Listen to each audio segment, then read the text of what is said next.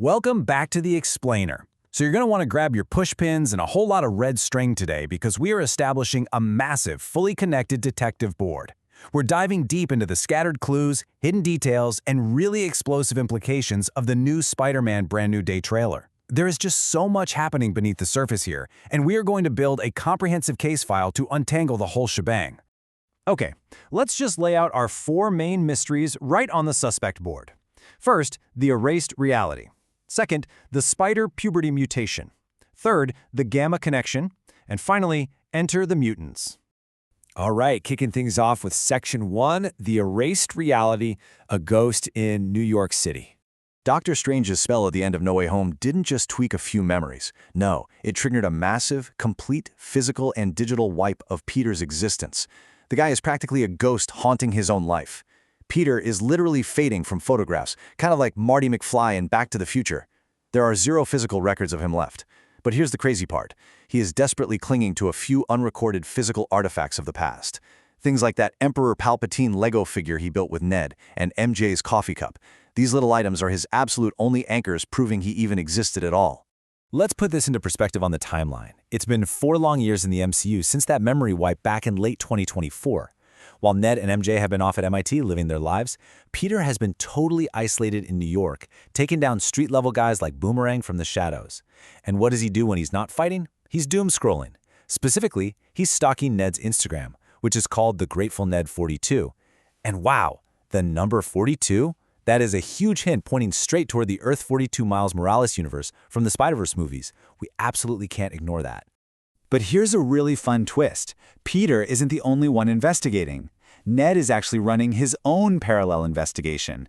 He built this spider tracker app because he remembers Spider-Man, just not who's under the mask. So who are his prime suspects? Ironically, he zeroed in on his old bully Flash Thompson and his former high school teacher Roger Harrington. He's basing this off a Queen's accent profile of a hero who first showed up back in 2016. It's kind of heartbreaking, right? Ned is so incredibly close, but still totally in the dark. Which brings us to Section 2, the spider puberty mutation. The anomaly begins. So if Peter's external world was wiped clean, why is his own body suddenly rebelling against him? Well, Tom Holland actually pitched this bizarre concept himself. He called it spider puberty. Basically, it's a physiological, evolutionary adaptation.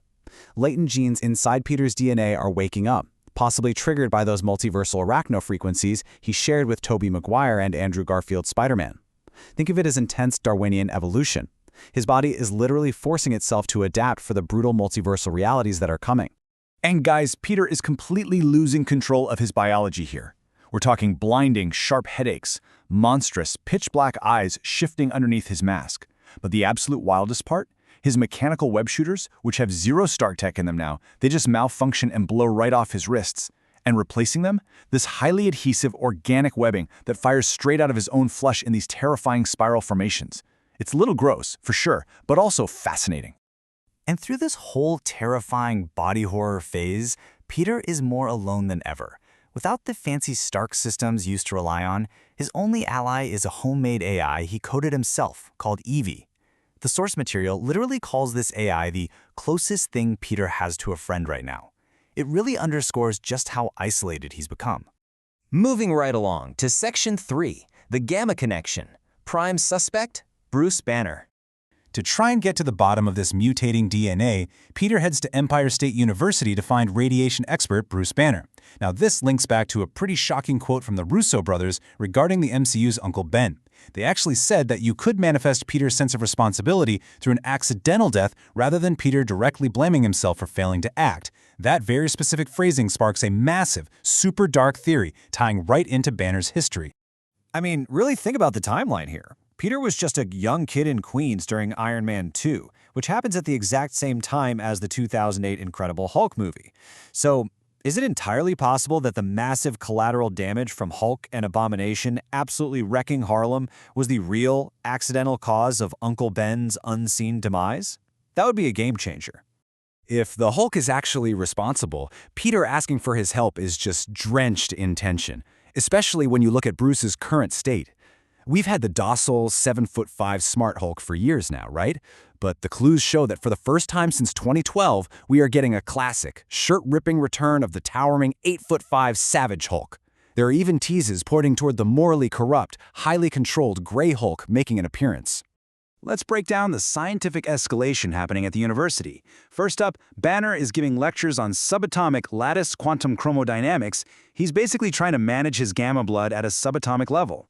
He's even relying on a wrist device that literally reads gamma suppressor active, but shocker, the tech fails. Banner totally hulks out, which forces Peter to rapidly invent this experimental glowing green anti-gamma webbing just to survive a devastating thunderclap from the unleashed monster. And that leads us to our final stop, Section 4, Enter the Mutants, the Grand Conspiracy. So, what actually caused Banner's tech to fail in the first place? Well, we've got a massive overarching question to answer. A giant, Sue Storm-style psychic shockwave blasts out from a Department of Damage Control facility on Roosevelt Island. It sweeps across New York City and instantly freezes everyone in their tracks. People are spilling tea, paused mid-step. Everyone. Except for Peter Parker and Frank Castle. Why on earth is Spider-Man immune to this blast? Well, the answer lies in the source of the blast. Sadie Sink is making her terrifying debut as Jean Grey, and we're seeing exactly what her Omega-level telepathy is capable of. She isn't just freezing DODC soldiers and throwing up massive light-bending force fields. Her powers are so intensely invasive that they physically drag out buried subconscious personas, meaning Jean Grey's psychic gamma radiation signature is the exact thing that rips the Savage Hulk right out of Bruce Banner's mind. Through Peter's new AR lenses, we can literally track Jean doing this chaotic consciousness hopping. It is a total violation of bodily autonomy. First, she hijacks an innocent old woman and forces her to drive an armored DODC tank. Then, she just ping-pongs her mind through 3 different people at a wedding party. Finally, she possesses the pilot of a John and Lucy wedding helicopter. And as a quick fun fact, that chopper might actually belong to J. Jonah Jameson's son, John Jameson. But wait. How did a mutant of this magnitude stay totally hidden until now? This points to a universe-breaking grand theory. You know the memory spell Dr. Strange used to physically erase Peter from existence? The runes of Kafkal? What if a previous Sorcerer Supreme used that exact same spell way in the past to wipe mutants from the 616 timeline entirely? And what if that magical seal is finally breaking right in front of us? The collision of scales here is just brilliant. On one hand, you have this gritty, street-level Daredevil-style war, with Spider-Man, Savage Hulk, and the Punisher fighting hand ninjas with electric weapons in a supermax prison. But happening in exact parallel, we have a massive cosmic threat. An Omega-level mutant is waking up, and sinister corporate powers like Oscorp are seemingly backing villains like Scorpion.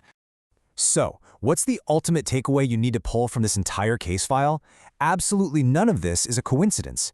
Peter's terrifying spider puberty, Banner losing his suppressors, the mutants emerging, it's all a violent evolutionary preparation.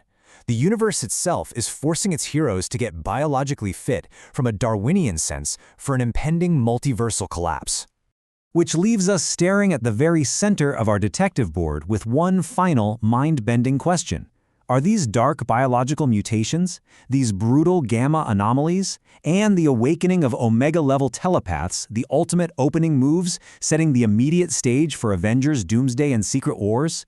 The clues are right there, the strings are connected, but the true scope of this multiversal web is only just starting to unravel. Thanks so much for joining me on this explainer. I seriously cannot wait to untangle the next case file with you.